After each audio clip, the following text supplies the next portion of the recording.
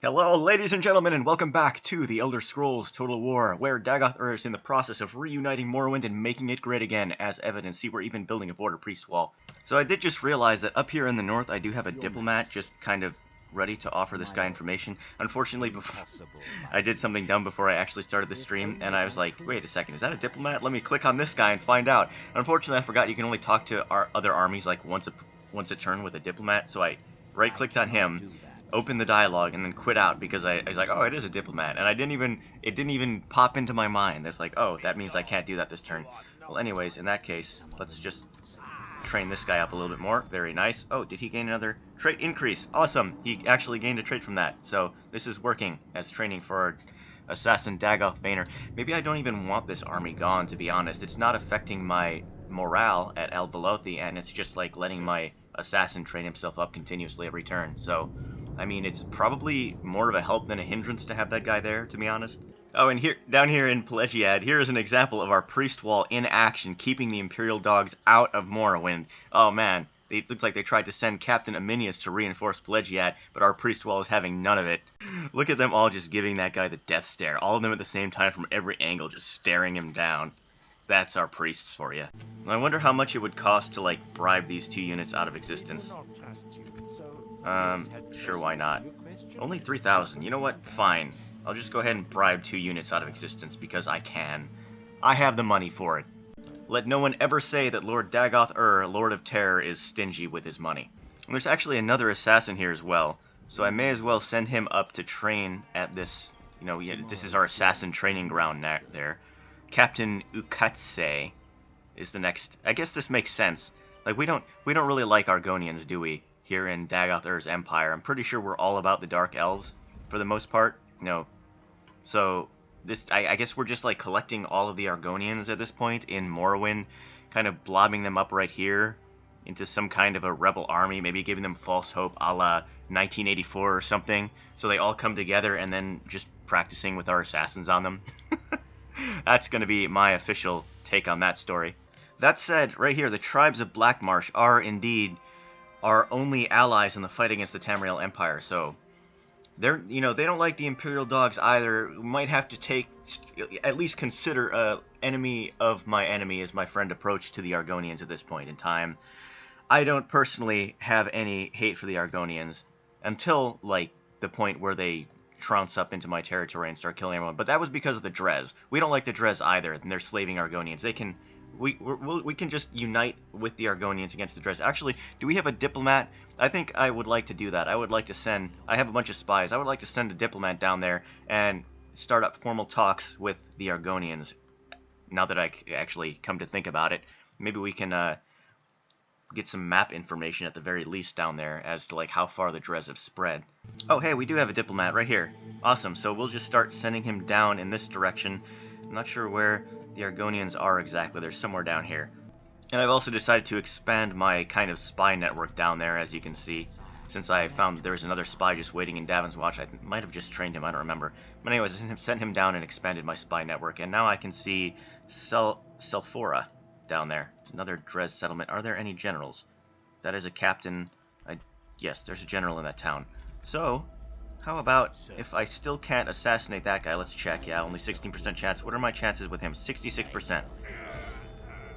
It worked! Ha! We got another Dres family member. Awesome. Spies for the win. Then Dagoth Gilvoth, the Killer, is now Master Assassin. Although I think he was already maxed Subterfuge, yeah, so that doesn't... I'm not sure whether that actually helps. And by moving this spy down south a little bit more, I got actual eyes on the Dres capital, where Grandmaster Odron the Just is hanging out. And he's actually... he doesn't look too great. I might have a chance at assassinating the Grandmaster Odron the Just. I'll give it a try next time. Tell you what, he sure does seem pretty just to me, though, just hiding behind the lines with his massive army here, sending all the other armies and generals up to die at Dagoth Earth's border. That seems pretty just. Just pathetic. Anyhow, this border fort, I get the feeling, is about to be under some pretty heavy attack, since there are 2 Hlalu full-stack armies moving in. So I think I'm going to just reinforce them with some fodder from this town. At the very least, they can stand out in the front and delay that advance while the Ashbon get as many hits off as possible. Meanwhile, these guys can actually support Corpus Stalkers at this point, but they can't actually train them yet, so I'm going to start training a bunch of units up here in Ebonheart and start sending reinforcements down to Davon's Watch and funneling them up towards the fort at our border here. And then down to the main event of this turn, I believe, which is going to be the Siege of Pelagiad here by our faithful servant Dagoth Uthol. That is Uthol, right? Yes, Uthol. So we have the equipment already, 4 ladders, 1 ram. We are fighting against Captain Iniel, who is nothing. He is some light legionnaire spearmen and some imperial swordsmen. They are 9 and 12 and 9 and 16. So, okay, so the spearmen are actually, the light legionnaire spearmen are better than the imperial swordsmen. I don't know, I'm not familiar with the imperial tiers, so I'm guessing imperial is like the lowest level, since that's just like a racial swordsman or something. So I'm guessing that's pretty low, and then legionnaires are going to be like their professional soldiers. That's my assumption. We actually have, oh, never mind. Their descriptions are like exactly the same. Or is it different on the second part? Ah, it's different on the second part. Awesome. So this is just basically a summary of the legions in the Imperial Swordsman category, and apparently they are a highly disciplined, extremely effective, and, I quote, unstoppable force, so we are about to learn whether that's true or not. So, this is what it changed. It ends at the end of that paragraph, the legions are fully mobilized and deployed to the field. This one then continues on to say, they are a highly disciplined, extremely effective, unstoppable force. Whereas this one goes on to say, all of the second paragraph, which is basically saying they use spears, they're lightly armored, and they're pretty fast. So Dagoth Uthol's force here has a ballista for sieging towns, a bunch of Ashbon for mobility, I would guess, if I had to remember what I was thinking, to intercept anyone who's trying to get at the Ashbon, who are a major punching power, to just kind of kill everything. Oh, so Pelagiad, it looks like... Is this a unique fortress, or is this... Oh no, this isn't unique. This is actually a base model, okay. It looked unique for a second there. I didn't remember seeing it, but yeah, now that I go inside, I remember. Okay, this is a base castle. Alright, I've kind of deployed around here, which is the only, unfortunately, available places we kind of had. They are deploying on the walls, at least in small number there. Where is the other one?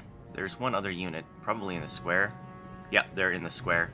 So, unfortunately, they're activating like all of these. I would have to walk way around here to get at an undefended piece of wall.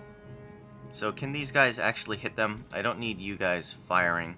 You can just stop and not fire at will. These guys should be able to hit them though, if they get lucky. Well, these guys can't actually seem to get a shot off on them, so I'm just going to stop them firing and start walking these guys around to undefended pieces of wall, since unfortunately I could only deploy in this little limited area.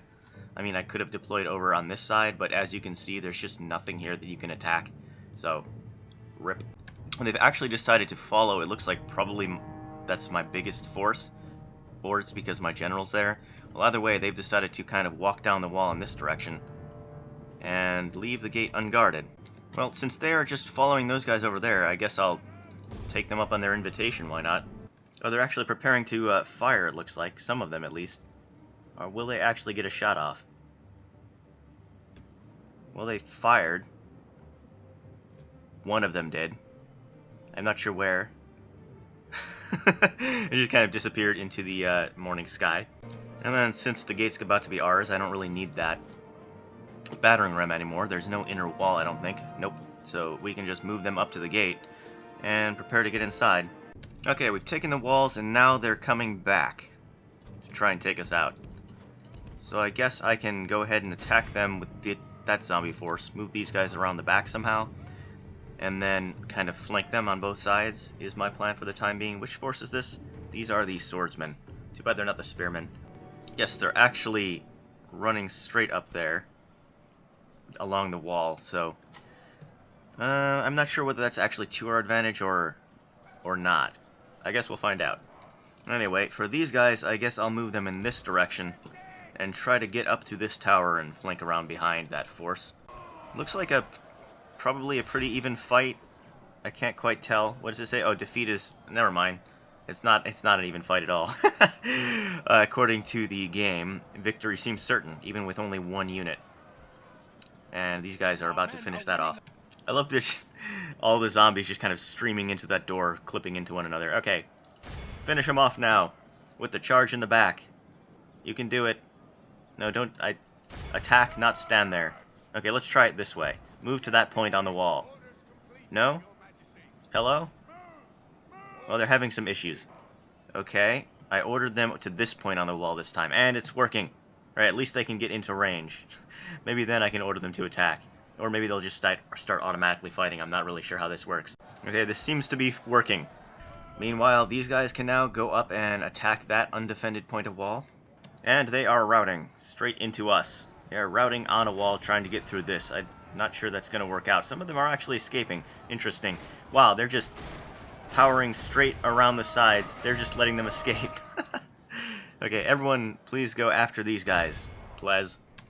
Yeah, this is just... the walls seem really, really glitchy. I don't know if in this game or in this mod, but my units cannot go on top of these towers. These are gatehouses, rather. And they cannot attack directly other units when they're on walls for the most part. I have to, like, order them onto a specific point of the wall and then hope that they get into combat. Okay, there we go. Fortunately, these guys just kind of waited for us to get off the walls and pursue them. So we are going to get them, it looks like.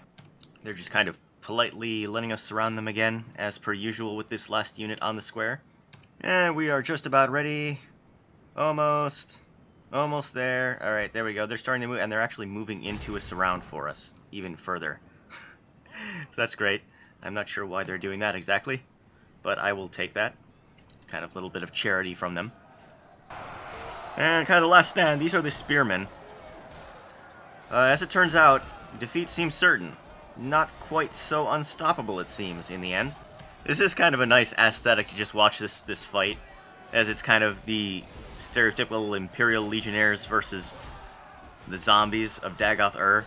It's kind of the fight that never happened in Morrowind, as far as I can remember. That probably should have. I'd like to see more stuff like this. It's kind of why I think like the Elder Scrolls games would really benefit from an engine that can handle bigger battles more accurately. Whereas in like Skyrim, for example, and that's just like the most recent example, it's even worse before Skyrim, but if you have a battle, quote unquote, it's between like maybe 10 guys versus 10 guys if you're lucky, and the AI is just, it's one-on-one AI, there's no like squad AI, so they all just clump together. It's almost like Total War Rome 2 before the Emperor Edition patch. That is what Skyrim looked like. Whereas then you get in like Medieval 2, as opposed to like Rome 2, you get little scenes like this where as they're kind of like being worn out and they form kind of barriers in certain areas just to try and prevent themselves from being surrounded and such. It develops, the fights develop in a way cooler way in Medieval 2 than they did in like Rome 2, I think. Oh, and here's the general. He's way separated from the rest of his forces, probably because all of his forces died around him and got pushed back, but he's still alive. So he's just kind of fighting several zombies on his own, like the big damn hero that he is, even though he's just a captain. Meanwhile, all of his soldiers are kind of being eaten one by one in the background here. They're being surrounded by the zombies, and overpowered. There goes another one, and oh no, he's still alive. He's hanging in there. When will this guy go down? He's just kind of punching people in the face. He's not even using his spear at this point because, oh, we went down. There was just no room to use his spear because he was just packed in. And this guy, I'm not sure what he's doing. He's just kind of... what is he doing? Dying, I guess. He's just like, coming through, gotta get through. General's in trouble. There he goes. And he's actually not the last man standing. Oh, there he is. I think this is the last guy standing. You have to watch the final man fall. Oh, he took out... ooh, man, this guy is like Hercules. He's taken out 2 zombies on his own right there, back to back. Will he take out a third one? It looks like he's being pushed back. They keep bashing on his shield. And no one's making any headway. All just kind of... oh, and down he goes. He couldn't quite get that last swing off in time. And it's over. He only managed to take out those 2 zombies, as far as I could tell. Captain Iniel. Did he actually take out... he took out his good fair few ash zombies down there as well. At the bottom of the screen you can see. So Iniel put up a fair bit of a fight. Almost as much as his hero companion over there. Clear victory against the unstoppable Imperials. So for Pelagiad, I just occupied because the religion is already so far on my side it doesn't even matter. And first thing, we can just throw up an altar of religions there, and then next turn we can actually... no, we can't. We can't... can we retrain them? We should be able to retrain the ash zombies.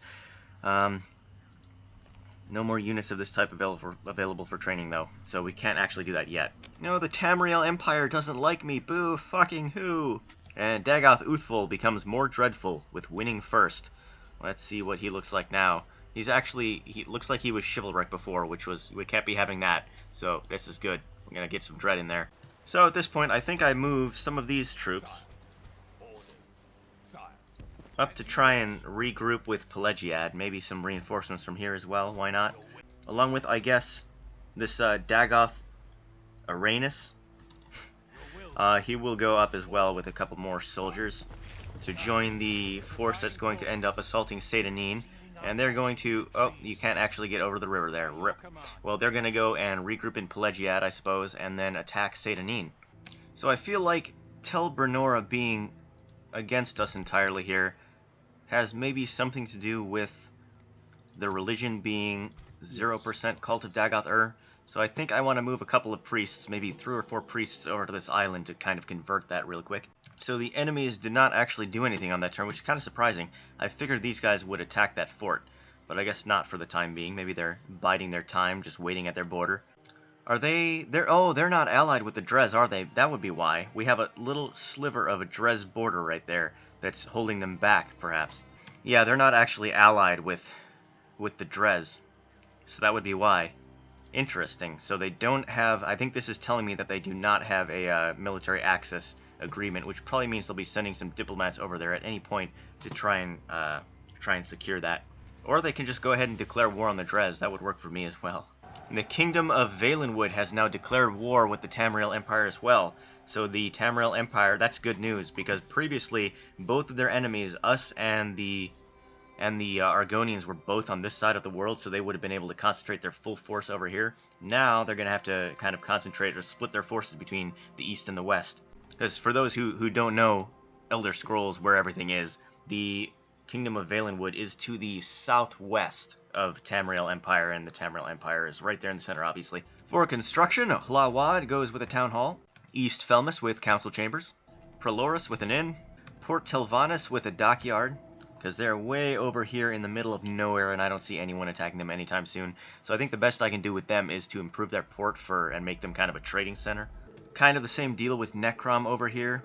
I can just go with the shipwright. What does the shipwright actually do? Trade fleets available. Alright, it does increase the trade fleets, I think.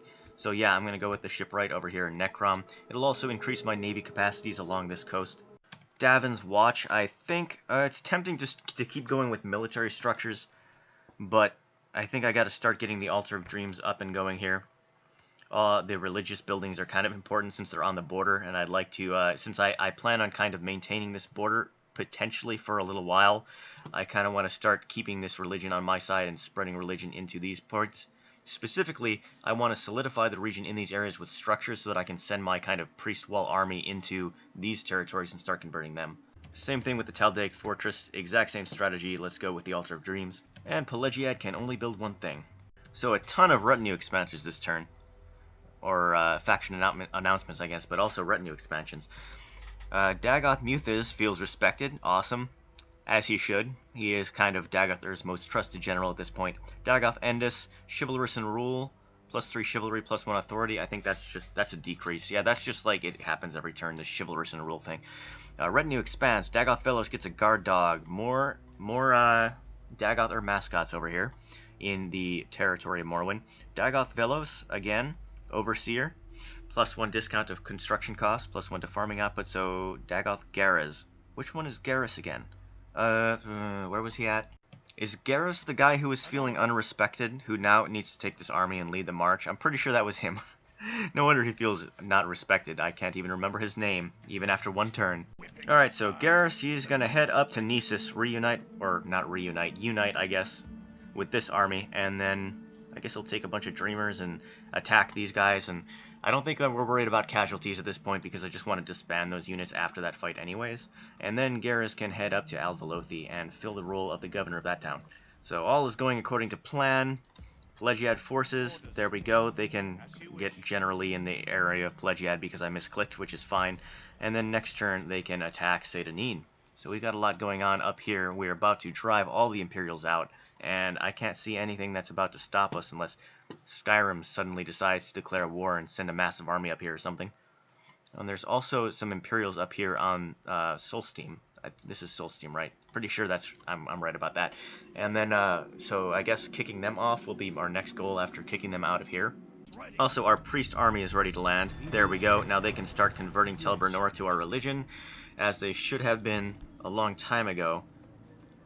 That will be nice to have all green faces over here, kind of on the mainland and close sister islands of Vardenfell. And the Dres just keep on pushing up on our borders here. Who is this guy now? He's a family member. They keep pushing up family members just to die. Bellerin, I'm pretty sure this guy's a brand new family member that they just recruited out of midair. So I have a 33% chance of killing their faction leader. Do I take that chance? I mean... maybe. Who else is around here? I don't think I assassinate their faction leader yet.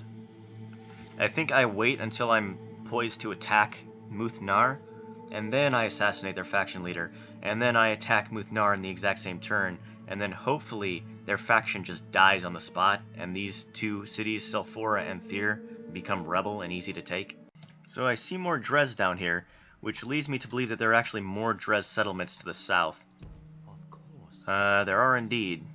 There are more of them and more faction members. Okay, so that kind of ruins that plan. So instead, I think I should actually just send my assassin down south and kind of pick off these faction members. 49% chance, that's not bad. I think I'll take that. Anyway, I think I basically just ignore this guy, or maybe take him out with Muthiz, but I have to get Dagoth up here to Mournhold now. It's been too long. This is our diplomat. He can actually... I had a diplomat here also. He can head south as well. Okay, so I have Ballista. I could technically attack this turn if I wanted. I'm not sure whether I want to. I guess worst case scenario, I can like take a quick look at their settlement, and if I don't like what I see, I can just pelt them with the Ashmon for a while and then fall back. So I think I'm going to go ahead and do that this time, and then build the... Well, there's no ladders. No ladders involved. So, is there a wall? Is it like a wooden settlement, or is there just no wall? I have no idea what to expect from Mournhold, so I'm just going to attack and see. So there are two forces. One is just a captain, one is the Grand Master. I can use a night attack to cut those guys out of the fight, which is what I'm going to do. And let's see what we're facing off against here. Grand Master Helseth the Honest. I assume Grand Master means he's their faction leader. Grand Master, yes, Grand Master of House Hlaalu. These characters, the Lord of House Hlaalu. King of Morrowind. The King of Morrowind. Uh-oh. That's reason enough to kill him right there. He is a drill master, an overseer, or this is his retinue. He is not. He has the biographer, a siege engineer, and an architect. I don't think there's anything particularly dangerous in there, except for maybe King of Morrowind and Grandmaster of House Hlaalu. Those are the big ones. Specifically, King of Morrowind gives him +1 to troop morale. That's the big one. And then he gets another King of Morrowind buff in his traits, so double up on King of Morrowind there. Aspiring Commander, Born to Command, Bold Attacker, Promising Defender, Noble in Rule, Fair Fighter, Knight Fighter, Proper Morals, Very Cultured, Master Trader, Intelligent, Cruelly Exacting Taxman, Religiously Devout, Skilled Bureaucrat, and the list goes on and on. Admirer of Beauty, Just, Utterly Immaculate, Active Builder, Well-Spoken, and a Follower Bivec. Okay, so this is the guy to kill to kind of end House Hlaalu, I get the feeling. If we can take this guy out, then especially with this authority, whoever is going to be next is not going to be as good as this guy. Oddly, the King of Morrowind's bodyguard is Simple Hlaalu Cavalry. That's kind of an odd choice. Now, is this actually the heir of what's-his-face who ended up dying without me doing anything? I think he just died of old age or something, which was odd because he was one of the gods, or he was assassinated or something like that. Who was that? A little while ago in this series, I'll have to go back and rewatch, but there was somebody, I'm pretty sure, in the mainland Morrowind who was like one of the gods. That I think it was like the machine god or something. I don't remember his name, but I think he just mysteriously died, and maybe this is his successor. By the way, this little commentary on Lord Dagoth the infantryman now, rip. This guy was spotted by Lord Dagoth and we look at that. So naive and innocent is this one, he lacks the cunning to sneak up on even a corpse. Okay, game, whatever you say. So I think the only unit of note here are these Royal Guards. And even they only have 1 hit point. So I don't think they're technically as tough as the, are they Hlalu or are they Drez bodyguards? I think they're the Drez bodyguards that have 2 hit points. So they're 17 and 19, so they do have solid stats, but I'm not really too worried about these guys. Though we do have a special description for them, which I am not sure I've read before. Royal Guards, elite soldiers first created by King Hlalu Helseth of Morrowind. Their red armor is inspired by native house Indoril design, with a little bit of Helseth's personal preferences. They are concentrated in Mournhold, capital of Morrowind. They are trained soldiers protecting the lives of the royal family. Royal Guard equally accepts members of all races, making it a very flexible elite force. Really? That's actually interesting. I wouldn't expect that in Morrowind. They are armed with silver enchanted swords and large tower shields. That is not a tower shield game. Well, there we have it, and it's a pretty much equally sized force. Dagoth only has 7 more men than Helseth does. So this will be interesting. Balance of power apparently in favor of Helseth, but I kind of doubt that, to be honest. You know, that's kind of been the trend throughout this entire playthrough so far. And Dagoth has constantly overcome the odds and become a heroic victor, like there and there, for example, and there, and probably some other places up here, like probably, no, that's just a slave thing, but you get my point. Okay, so Mournhold is actually a massive freaking wall. And it is a solid wall. Why couldn't I build ladders? Could I not build ladders because the wall was too big? Is that what this was? So I'm gonna try my luck battering down this gate with my ballistas, but it may not work. We'll see how that goes. If I can break the gate, maybe I can do something about this. But if I cannot break the gate, then I'm just gonna have to retreat. Fortunately, their deployment seems to be kind of bugged. Maybe it's because I launched a night attack, so they didn't have the chance to deploy their units, so they're just all in the town square or something like that. I'm not sure how that works, but they're not on the walls defending, and that's a good sign for me. I also love how our ballistas are kind of manned by enslaved militiamen here. They're just units that we don't actually have access to in our army. We're still not within range. These ballistas have pretty darn short range, don't they? No movement from the enemy yet, even as I start to batter down their gates with ballista. So hopefully they can't possibly miss from this range, right? I guess we're about to find out. Okay, good. They seem to be hitting so far. Damage 7%. Okay, we're doing 3 per shot. We should be able to break down the gate, assuming they don't all come up onto the wall at this point and start, you know, activating all these towers to kill our ballistas. I'm starting to see movement now. I think they've recognized that their gate's starting to break. At least they're shuffling about. Looks like these guys are starting to move towards the front. Yeah, we got some bowmen heading up there. I am also moving all my guys up towards the gate so they're ready to rush through as soon as it breaks. And I think I'm going to put Dagoth himself in on the action on this one, since they're sending militiamen up in the front.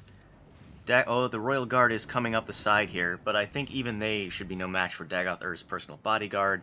Dagoth should be able to cut through everything they have, that they just kind of load up the front gate with. And since it's going to be a choke point, I want to put my most powerful units up in the front. I think that's how it's going to go.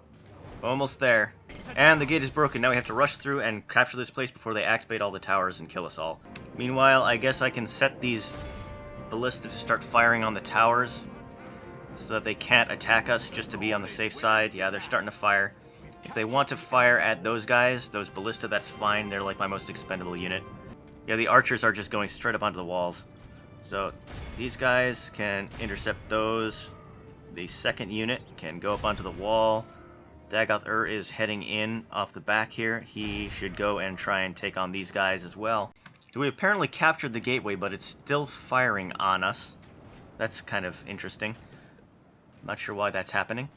That's only 5% damage. Yeah, that's not gonna actually work out.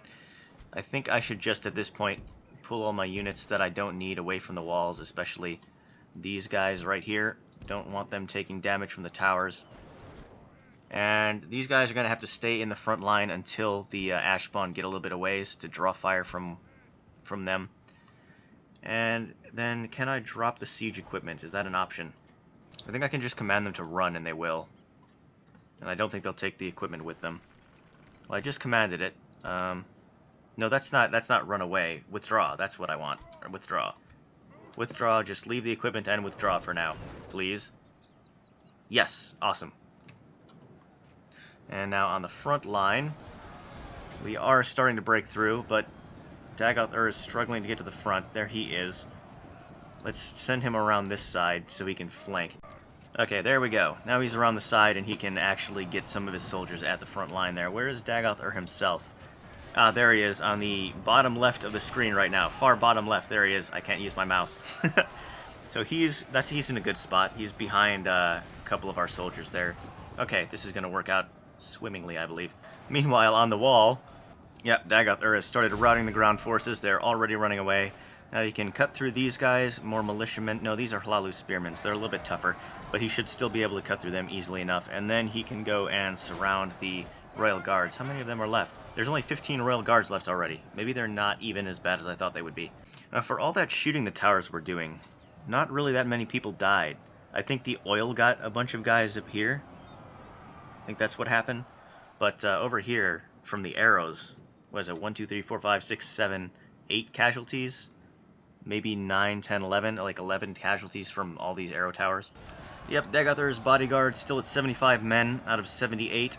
So he is doing work over here, and now the Hlalu spearmen are routing as well. So he's just pushing through all the enemies. So who is next?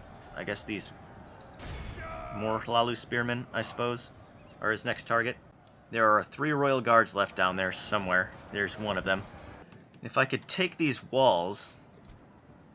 There's that, it still says this tower belongs to them somehow, even though there are no forces up on the walls from the enemy's side. That's a little bit interesting. But if I could take these walls effectively, and if I was sure they couldn't activate these towers, then I could send my ash spawn up here to kind of have a shot down this road and kill all these people who are going up and down. Oh right, I forgot I can't command them to attack someone down there off the wall. I have to literally command them onto the floor, or else they don't understand what I'm trying to say. There we go, now they're heading off the wall. And now they're coming down off the wall. These guys are just completely outnumbered and routing. That is a good start. Now I think I want Dagoth up here, but I want him guarded from the front by like one of these ash spawn units in case they charge their cavalry down. So I want a little bit of a barrier between him and a cavalry charge. Well, they do have archers though, so maybe that's not exactly what I want. Let's put Dagoth over here, and his other forces on this side, just right where they are. They can stay right where they are, and if they decide to attack again, then we can sandwich them. That is the new plan. There they're kind of arcing their arrows up. That's not going to do anything to him. He's heavily armored as well. Let's make sure he's facing kind of the right direction as well, though, so he's not getting hit in the back, technically, by arrows.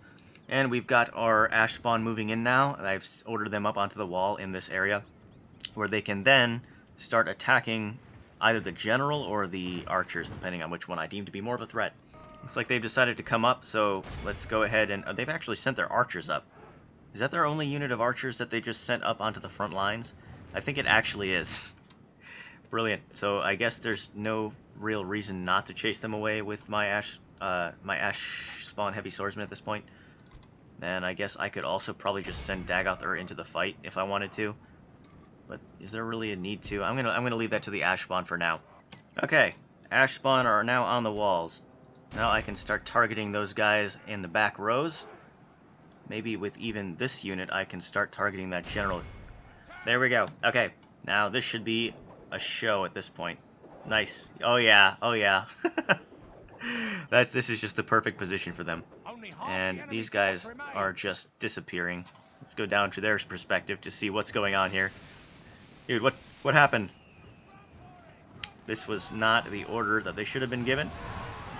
Yep, they should probably just retreat to their right here at this point. I think I would do if I were them, and kind of hold this area, wait for us to come to them, and use the buildings as cover. But as for the time, they're just going to march up and down the street and die. This is a nice little ash spawn army scene here. Got the ash spawn heavy swordsman holding the front line, and the ash spawn ranged units just hurling fireballs over the top. We pretty much completely just turned their fortress on its head against them at this point. And their front line has collapsed and is now retreating. So I don't really want to pursue at this point. Just kind of fall back into formation. And that should be plenty. Yep, that's fine. Right there, like that. And their general's moving up, so we should probably start targeting them. Have you started? You have started. There we go. Okay, yep, the cavalry just dies with one hit. They do not have multiple hit points, I don't think. So that's unfortunate that he has kind of a half-assed bodyguard unit. They're still coming. They seem insistent on taking this area back. It's like, I don't know, I'm getting distinct, like, Lord of the Rings vibes here. Like that, what was it, the Lord of Gondor keeps ordering them to go and take back Osgiliath. They're like, dude, do you really think this is a good idea? I also really like the stance they take. See, like, these guys are in relaxed stance, and they start to get close, and they go into battle-ready stance there. To, like, take the charge. That's really cool. Let's see it happen. They're kind of running up. No, that's such a disappointment. That's such a buzzkill. And then they just, like, get close. Nope. Turn around. Well, if they're already running away now, when this guy dies, like the Grand Master General, whatever, of the entire Hlaalu house, they will be completely broken. There he goes! Slain by our gallant warriors! Attack while his men mourn their loss. Enemy General fallen, Grand Master Halseth the Honest, Great House Hlaalu. The enemy general has fallen in battle. It's actually the king. I don't know why it's saying general, but yes, the Grand Master is down, and it's pretty much over. At this point, I guess, is there anything else that can even threaten Dagoth himself? Otherwise, I'm just going to have him lead the charge and kill the rest of these guys. Yeah, there's nothing else. There's a bunch of militia. So, let's shift Dagoth to the front here and commence the killing. Where are these guys going? That's a little bit worrying. I hope they're not planning to flank the ash spawn. I better keep my eye on them. Actually, they're all going in that direction, and I'm not sure why. Just kind of advancing down the street at this point, and whenever we get into within like a 100-meter radius of a unit, they just start running away. Let's see how long these guys last. It's probably right about... Yep, there we go. There they go. Goodbye. So they've decided to then come back, see our men, and try to retreat through us. We'll see how this goes. It's a bold strategy. Will it pay off? They're going a little bit slowly for retreating. We're not really in killing position yet. But, uh-oh, they're taking heavy casualties. Looks like they might push through. Some of them might survive. They made it through and right into the next unit. But we're not actually pursuing them, so... I just kind of want to let them retreat and get Dagoth as much experience as possible. I'd like to get him up to gold chevrons. This one guy, this one member of the bodyguards, is getting a little bit overexcited here. Oh, he just gets beat back immediately. Oh, yeah, a little bit embarrassing. Oh, somebody just kind of had a heart attack in the back row, despite not actually being in the fight. Here are our two Dagoth I think the first Dagoth just finished taking down 2 enemies right there. So will he go for a third? He will. Oh, he blocks both attacks. This guy's a damn hero.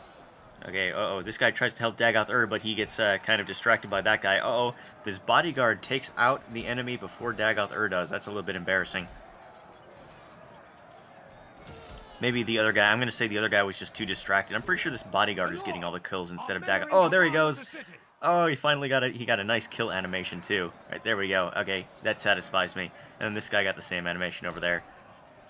And there goes another one. That's another animation. I love the animations in this. Just kind of as they route. And one more unit to finish. Dagoth, go ahead and lead the charge, if you please. No, he's just going to sit back. Okay, he's just going to let his bodyguard do the rest. He's had enough blood. He kind of tends to do that. He kills a few guys, sits back, and lets his guys do the rest. He's a wise ruler in that way. He's going to get into the fight, pump his guys up to increase combat effectiveness, but he doesn't need to stay in the front and risk cutting off his own head. There's just no need for that. It's a clear victory, not so heroic this time since we lost 151 men. Any experience? Dagoth, yes, he got 1 experience. Awesome. So he started out at 1 silver chevron, now he's at 2. One of the Ashbon units also gained some experience. Prisoners, execute them, of course.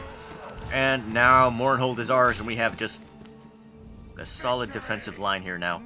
This fort, I think you can technically walk over that land, but Mournhold will kind of defend that. Occupy, we're kind of... is this a city? That is a city. I don't really want to kill all the inhabitants. I'd rather convert them to our religion, but we can't really fit that many priests in there. I tell you what, it's not red, it's only blue. It's only blue for now, so I think I'm just going to go ahead and occupy it. And I think we can bring it into our control over the next few years. Starting with, of course, an Altar of Visions, straight off the bat. Now we have just a little bit more cleanup to do. I'm going to have to send Dagoth Ur's forces, not including the ballistas, I don't think, out to take out this Hlalu army that's just kind of loitering in our territory.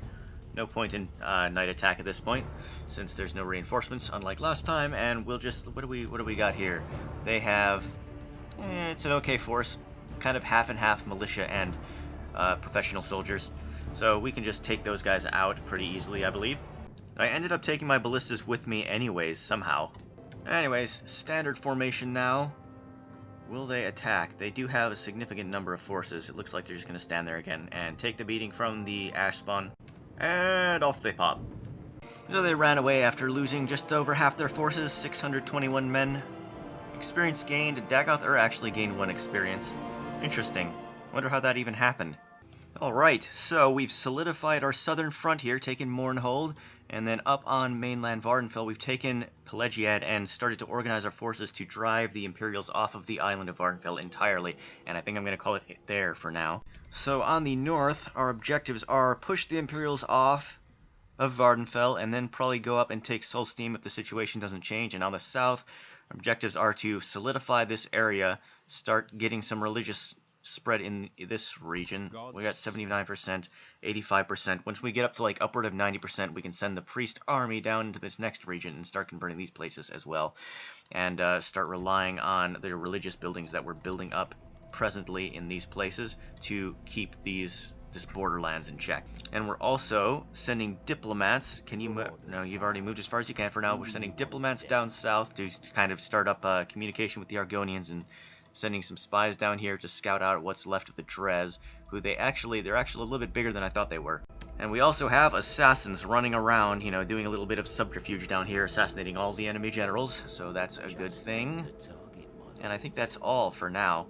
And then I think our situation will develop based on what we can get out of negotiations with the Argonians. Meanwhile, the Hlalu are actually building more and more forces up here, so I get the feeling as soon as we take Muth-Nar, they're going to send all their forces up here somewhere. So maybe it's a good idea, instead of attacking here in force, to move our main army up to deal with this first. Like, just through here, take Narcissus first, drive all these forces back, and then we can deal with Muth-Nar.